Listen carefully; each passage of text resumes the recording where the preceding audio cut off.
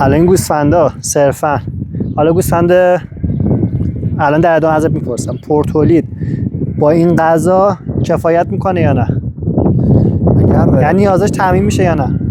این پورتولید، تعریف پورتولید از دید من اینه که دیگه گوسفندی دیگه حداقل در سال 200% بشه ازشون بره بگیری، که حالا یه حد اکثری هم داره کسانی که موفق هستن تا 3 تا ممکنه 3.5 رأس بتونه بره بگیرن ازش. پورتولید مفهومش اینه بعد دید من، یعنی به ازای هر 100 رسمیش حداقل در سال بتونی اقلش 200 تا بره بگیری. حتی اکثر هم داره، بستگی به افراد داره که چقدر تو کارشون موفق میشن دیگه.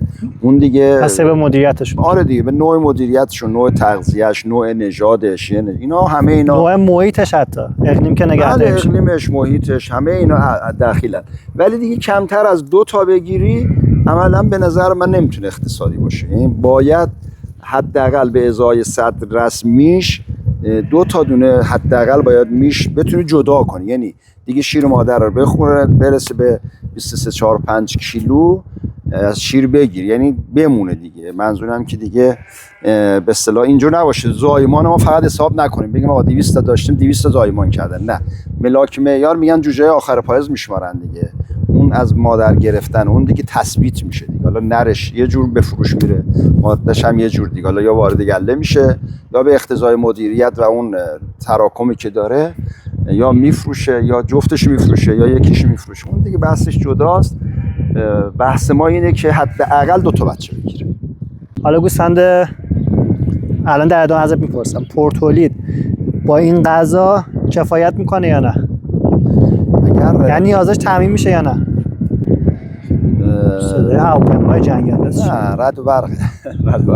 خب خدمت شما عرض شود که اگر مرتع واقعا غنی باشه، مثلا کشور اروپایی خب مراتع غنی دارن، به لحاظ بارندگی خیلی زیاد دارن. البته اونا هم فکر کنم مازاد بر این که مرتع به اصطلاح میرن غذا میخورن به اصطلاح غلات بهشون میدن که شامل ذرت و جو و نمیدونم سبوس و گاهن سویا این چیزا میشه.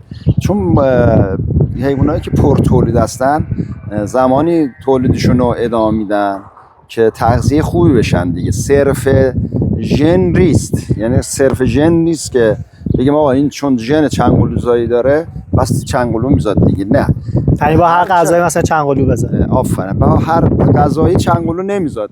یکی از شروط آزاد کردن تخمک بیشتر توسط به اصطلاح گوسفند ماده اینه که حتما تغذیه خوبی بشه دیگه. اگه تغذیهش خوب نشه ممکن تخمک کمتری آزاد کنه. اینه که حتما اولا این گوسفندهای پرتولید مراتع همه مرتع نمیشد ببری، به خاطر اینکه سر بالا سر پایینی داشته باشه که اصلا نمیشه، به ویژه زمانی که دیگه 3 ماه به بالا زایمان میخواد. چرا سر بالا سر پایین باشه نمیشه؟ چون آبستنیاشون چنگلوزا هستن سنگین‌تر میشن دیگه. توجه می‌کنید اینا قلم ریزن نمیتونه. آره دیگه، قلم ریزه، قلمشون ریزتره. بعد مثلا یه ماشین آفروده میتونه یه ماشین هستش فقط توی شهر ساخته باید دیگه به اصطلاح در جایی باشه که هم مرتع غنی باشه هم فاصله دامداری اینجاست دیگه، 2 قدم تا اینجا آوردیم. اینم بهاره اینجوری مرتع یه مقدار با چیز داریم دیگه، یکی 2 ماه دیگه اینا خداش بارندگی زیاد بده. آره ان شاءالله بارندگی تداوم داشته باشه به حق 5 تا